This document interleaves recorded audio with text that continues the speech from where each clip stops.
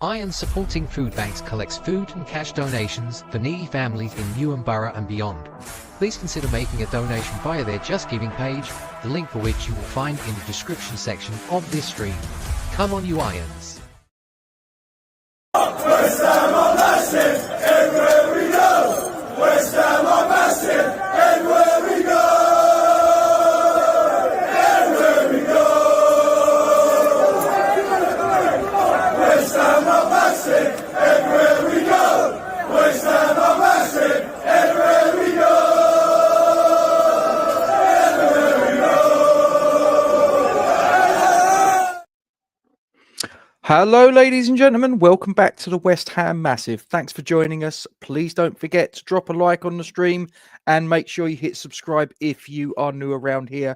These things help to grow the channel and don't cost a copper coin of your own earnings. And we thank you very much indeed. So we're here to discuss the aftermath of the game that took place at London Stadium yesterday, which was obviously our very own West Ham United against a team that are a bit of a bogey team of ours, Brighton and Hove Albion. So I'll get this added to the stream as we go. And I'm going to need some audience participation. So any of you that get involved in the live chat, or if you're watching this after the event, get it in the comment section below and I'll answer as many of them as I possibly can. I'll be honest with you, the first half, it was a bit like the Bournemouth game. I've had this conversation with a few people. It was very much, I thought yesterday's game against Brighton was very much like the Bournemouth game, the beginning of the week, in that it was a game that I think in the first half, it was a boxing contest, a bit like Usyk versus Fury. I think that probably the first first 45 minutes, the first half of the match, I think we shaded both games, and I think that against Brighton was the same as Bournemouth in that respect. I think that neither team really dominated the other, but I think that there was one team that slightly shaded it in both games. It was us. That we had a couple of chances. Jared Bowen forced a save out of Verbruggen, bit of a tight angle. Paqueta had an opportunity that a player of his ability, he's got to get that on target. But yeah, in the second half, it very much, it mirrored the Bournemouth game as well, in that the opposition took over and they started to exert some sort of control, if not dominance. That was the starting lineup, though. I'm just going to sort of like take a little step back and just touch on this. Now, this was something that I wasn't surprised by, but I was disappointed by the fact that Emerson came straight back in. I thought Kufau had a good game against Bournemouth. I really did. And I think that he could feel quite aggrieved that he got dropped out of the starting lineup to bring Emerson back in. We're getting an awful lot of cards this season, an awful lot of yellow cards and a couple of red cards besides, where it's putting players out for a period of time, and that obviously limits our ability to play what the manager might consider to be his best 11, starting 11, and maybe the substitutes beyond that. And for me, this is coming from the manager. I will give Lopetegui a bit of criticism for this one, in that the head coach is very, very much sets the tone. So if he's on the touchline and he's picking up yellow cards every other game, I do believe it feeds over into the team that's taking to the pitch. And we're picking up yellow cards, red cards at an alarming rate. We had Emerson missing for the game against Bournemouth. We had Soler missing for the game yesterday against Brighton. We're now going to have Paqueta missing for the game against Southampton. Every single game, there's someone missing with a suspension, it seems, of late. We've obviously had Alvarez out for a period of time. We've had Kudus out for a 5-match stretch. This can't carry on. We're going to seriously cause our own demise. And I'm not talking we're going to get relegated. I'm not saying that. But in terms of us being able to get the very best out of ourselves, the fact that we keep picking up these cheap bookings, cheap red cards, cheap yellow cards, and players are out for a period of time, that's not going to do us too many favours. That needs to be sorted out. And as I say, it all comes from the manager. As I say, he's picking up yellow cards as well. What sort of example is he setting to his team? He's got to be better than that. But yeah, like I say, if you look there, that's the momentum. Look at the difference from the first half to the second. Massive difference. In the first half, we look like we're the team on top in the main. In the second half, it's a complete switch around, and there's very little that we actually bring to the party. We go 1-0 down as well in 6 minutes into the second half. And look, I'm going to say this: Lucas Fabianski has been brilliant for us since he's come back into the starting lineup. The amount of saves he's had to make, the work that he's had to do for a guy that's 40 years of age, really is a sensation. You could probably ask the question though, and you'd be right to do so, is to he's doing an awful lot as a goalkeeper. That is he being let down by the guys in front of him? And I think he is. Not just the defense, I think the midfield as well, if I'm being brutally honest, are not doing their job. And giving the defense protection as well. But I think that Fabianski's been one of our better players. But be that as it may, he was massively at fault for their goal.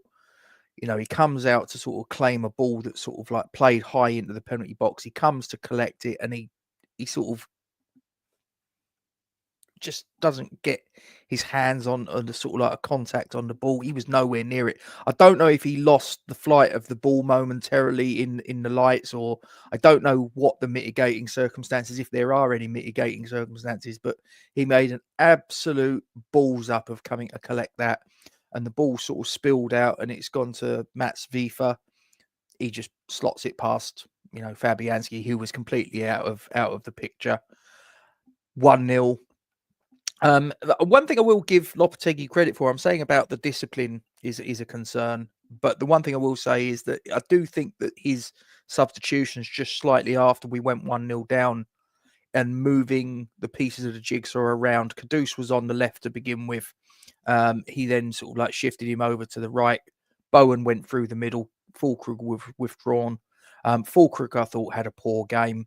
But again, I will probably give him a little bit of leeway for the fact that there's probably an element of fitness and that element of match sharpness that he's lacking. And that the only way he's going to get that is to get minutes on the football pitch. So maybe he's got a little bit of leeway. He's got a little bit of mitigation. But he did have a poor game yesterday. But the changes were made in the wake of us going 1-0 down. There was a bit of a hold up after the FIFA goal as well. They were trying to see if there was an offside, but there wasn't. So the goal stood. And as I say, Lopetegui then makes some changes, and it does make an instant improvement, and there's an instant impact. Bowen makes a sort of like a surging run from midfield into the final third. Takes a shot. Verbruggen parries the ball, doesn't make a sort of like doesn't put it out for a corner, doesn't catch the ball. He sort of parries it out straight into the path of an on-rushing Mohamed Kudus. Now he couldn't miss, and he didn't miss, and he gets the equaliser. But the thing that worried me yesterday about Kudus, I thought he was poor again. We had a number of players that we had to carry yesterday. Emerson, Paqueta, Kudus, Fulkrug, Souček as well. I thought had a poor game. Didn't really offer too much. There's a number of players in claret and blue that I thought just didn't show up. And as I say, Kudus was one of them.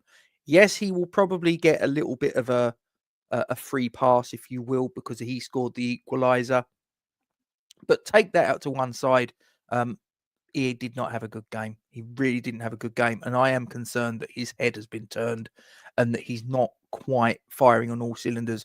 Whether part of that is because he's had a fallout, obviously, with Lopetegui, and that there's a little bit of residual fallover from that.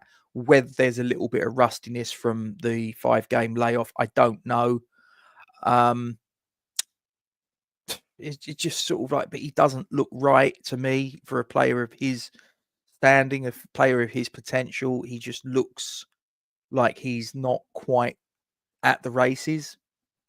Paqueta as well, as I say, he just looked like a complete waste of time. Emerson, I think he needs to go back onto the bench. I think that Kufal needs to come back in, and we shift Wan-Bissaka across to the left against Southampton, because I don't really see what was the point of bringing him back into the starting 11. As I say, I think Kufel could be quite aggrieved to get dropped from the Bournemouth starting lineup and not start yesterday. I think the messaging there is all wrong, in that you can play well and it doesn't mean a thing for the next game, because the guy who put himself out of the picture by racking up cheap yellow cards, he can just come straight in, case closed, no problem at all. So that I would drop out Emerson.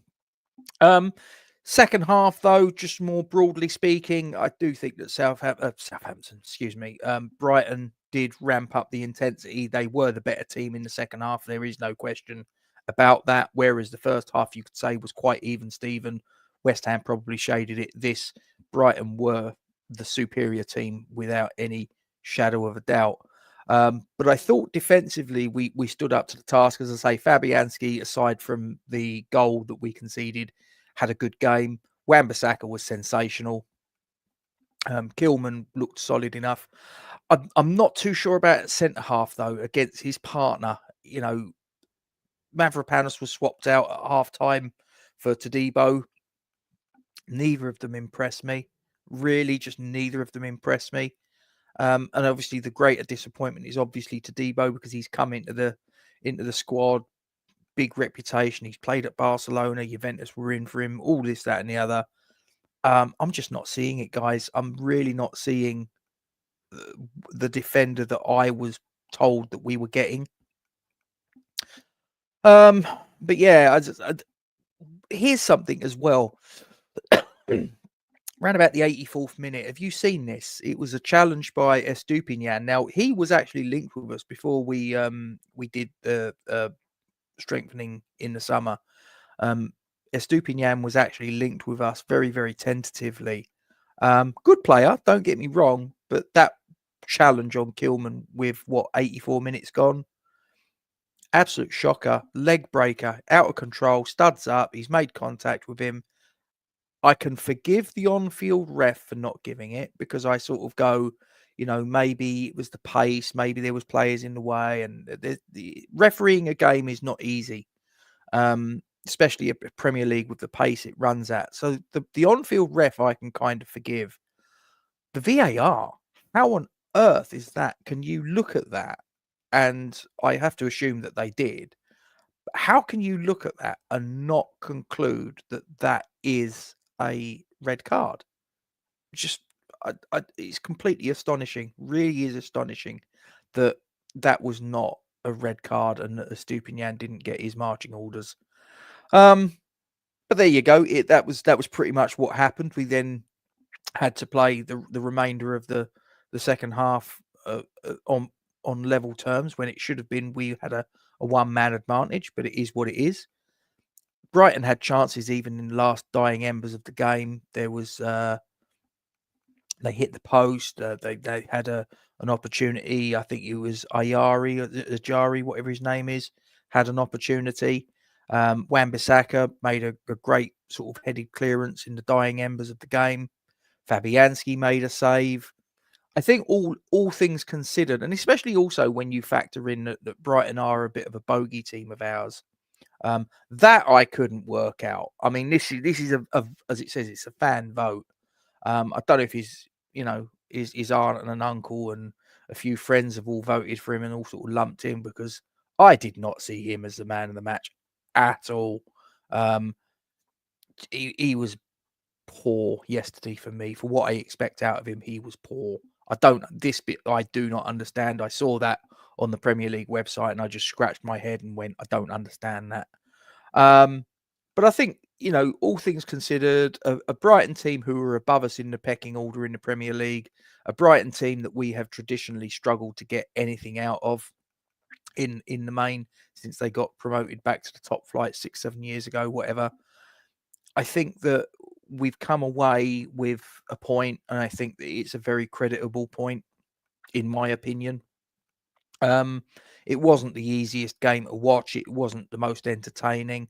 But I do think whether I enjoy the football is another matter.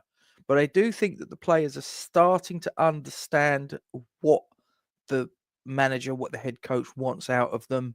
I do think that his message is starting to sink in. There are green shoots. Now, it does kind of hinge on this next game, though. I mean, if we go to Southampton and get anything less than 3 points for me, I just think that then he does have to be scrutinised a little bit more. I know that obviously he's had the situation with his dad bubbling away in the background, and I don't know how long that's been going on for. So I have a degree of sympathy, empathy, and understanding for that situation. And I think we need to sort of understand he's a human being, but he also has a job to do. And, we cannot go to Southampton and even a point I don't think is acceptable, to be honest with you. That's just my take on it.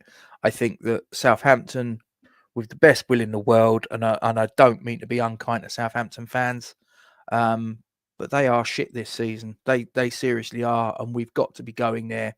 We need to be getting 3 points, and that's all there is to it. But it was a point earned. I thought that we, like I say, we stood up to the challenge. We possibly rode our luck at times. We probably had a couple of players that we had to carry, as I say, Emerson, Paqueta, Souček to a degree, Kudus to a degree.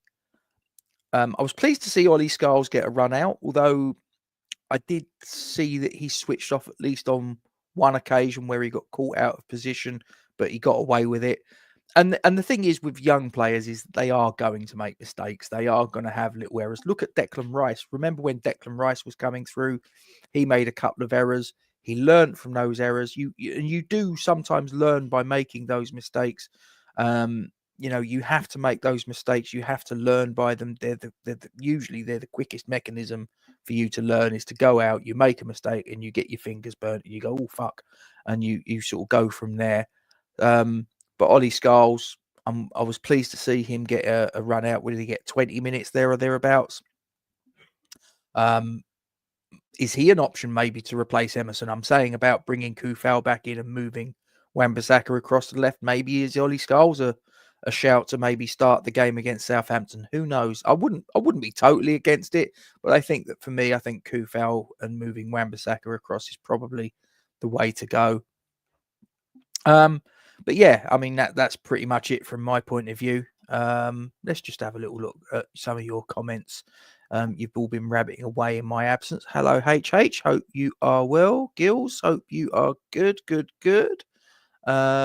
We really have some deep-rooted issues. Beggars belief, really, when you consider we spent just a couple of months ago, yet we're what urge you to watch. Can't disagree. Might as well have kept Moyes. Oh dear. There's a lot of people that are beginning to think that. He abandoned the midfield yesterday. Yeah, the midfield was pretty non-existent. It has to be said. Not mid-table obscurity for the next 18 months. Yeah, I can't have that. I really can't. Colin, hope you're well. I did actually feel it could be a draw. We did a poll on the channel yesterday, Colin, where a lot of people went for the draw. So they got exactly what they want. I mean, Fulkrug was a disappointment. I just wonder whether it's partly to do with a lack of fitness, a lack of match sharpness. The card issue isn't just discipline. The system is shit. We're constantly chasing back, making. You're probably right there, Obsidian Curse. There's an element of that, but again, that comes. I do think that the manager has to take responsibility for that. I do also think that part of it is the defence doesn't have an option in midfield to pass to. No one's showing for the ball. I will give Sullivan some credit by sticking by the manager. But at some time soon, he has to admit he's got it wrong. Yeah, very possibly. Just having a little look here. Brighton have been in poor form, should have been looking to beat them. They were in poor form, but not against us. I mean, that's, they are a bogey team for us. As much as I love Paqueta, we'll probably get rid of him. Who would we get rid of him to with the current situation with his, this betting thing? I don't really see any. There's going to be a queue of teams coming in for him, Colin. I really don't. Yeah, as I say, he misses the next fixture. We'll see. Could it be that good comes out of bad? Who knows? Bad refs, on form opposition, lucky breaks are worth at least 12 points every season, regardless of performance ability. Say hi to no man's land for the foreseeable future. Brilliant. Daniel, hope you're well. Skulls needs time, so I'd start him at Southampton. Fair enough. I'd go with Kilman, then to Debo, then Mavropanos, and put AWE midfield. Interesting one. Peter says he thinks we'll struggle to get anywhere near 40 points if we stay with Lopetegui. Mandy, hope you're well. I think we need more than a striker, Mandy. I've got to be honest with you. I think we probably need a left back. I think we need another centre back. I think we need a box to box midfielder, and I think we need a striker. I don't know if we're going to be able to do all of that, unless, of course, we sell one of our crown jewels. Unless we sell Kudus, I don't think, like I say, we're going to get anything for Paqueta because of the situation that he's in. I think it'll probably be Kudus. It'll probably be Alvarez. Maybe Fulkrug, but again, will anyone take him? Yeah, I mean, again, I'm kind of giving him a little bit of leeway, but I have to call it as I see it. Obsidian, he did not play well yesterday. He really didn't. It's not any better than under Moisty, but I would still not want to stifle another season under him. Sully has fucked up big time. Yeah, I can't disagree with what you're saying there. Skulls isn't really getting past him too easy yesterday, even when they moved him to the right. William, I know what you're saying. As I say, I did say earlier that there was a couple of moments yesterday where I did observe that he did kind of switch off. But like I say, these young players, they will make mistakes, and it's when they get punished that they learn by those mistakes. And, you know, look at Declan Rice. He made a good few mistakes in his time. You know, I always remember the one away at the Emirates where he ducked under the ball and Joe Hart was in goal. It led to a goal. He had a couple of other games where he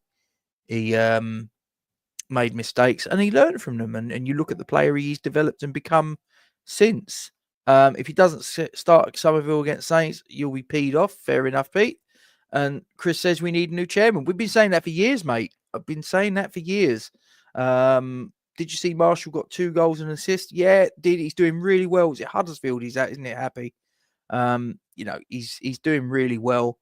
I do think that, like I say, Skulls is not the finished article yet. He doesn't it, but he needs time in the Premier League to learn and to, you know, either adapt and improve or not, as the case may be.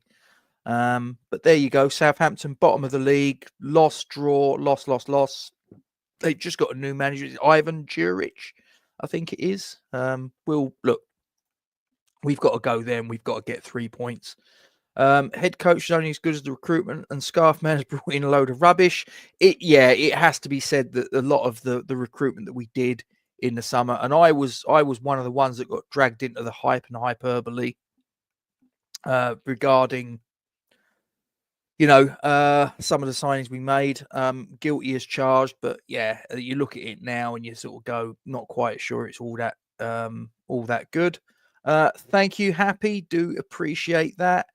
Yeah, there could be an argument, William, maybe in January to put him out on loan. He's got a taste of first team action. Maybe get him out. Get him out on loan to a championship club, but I think he's a good player. I think he'll learn and he'll adapt. He'll make the mistakes. As I say, you have to kind of take that into the equation with young players, is that they are going to make mistakes. As I say, he made a couple of little errors positionally yesterday, and he got away with it. But oh no, Colin, that's not good. That's it. Honestly, if we lose to them, then I think his Lopetegui's position will come under extreme scrutiny for me. But there you go. Anyway, look, I'm going to disappear. Before I go, just a couple of things, just real quick. Merry Christmas to all of you and your family. I do really appreciate you guys that come on the lives, and, you know, any of you that interact with the content that I kick out on the comment section afterwards, as I say. So Merry Christmas to you all and your families. If you don't celebrate Christmas, then I'm guessing you probably got some time off of work. Hope it all goes. You have some good time with your family, whatever, whether you celebrate Christmas or not. I'll be back for the Southampton preview. Don't know how I'm going to do it. Don't know whether I'm going to do a live or whether, because, you know, obviously I normally do it the day before, but bear in mind, day before is Christmas Day. The day of the match is Boxing Day. Again, I'd like to spend some time with family. So what I might do is I might actually do it as a recording and kick it out there, whatever. I don't know. Haven't decided yet. But yeah, as I say, really do appreciate you all the support you've given the channel over the last, during 2024 and since the beginning, really. It's not easy doing this, I've got to say, sort of talking into a webcam and rabbiting away at yourself. You sometimes think you're going mad. I probably am, in truth. But yeah, before you all disappear, if you haven't subscribed, please do hit the subscribe button. Last I checked, we were on 1378 subscribers. So moving ever so slowly towards the 1400 mark. Yeah, so hit subscribe, hit like, do appreciate it. Don't forget to tell your friends that we're here. As I say, have yourself a great Christmas, and we'll see you next time. Don't forget as well to support the Iron Supporting Food Banks charity. Come on, you Irons, and have yourself a Merry Christmas. Iron Supporting Food Banks collects food and cash donations for needy families in Newham Borough and beyond. Please consider making a donation via their Just Giving page, the link for which you will find in the description section of this stream. Come on, you Irons. West Ham are massive.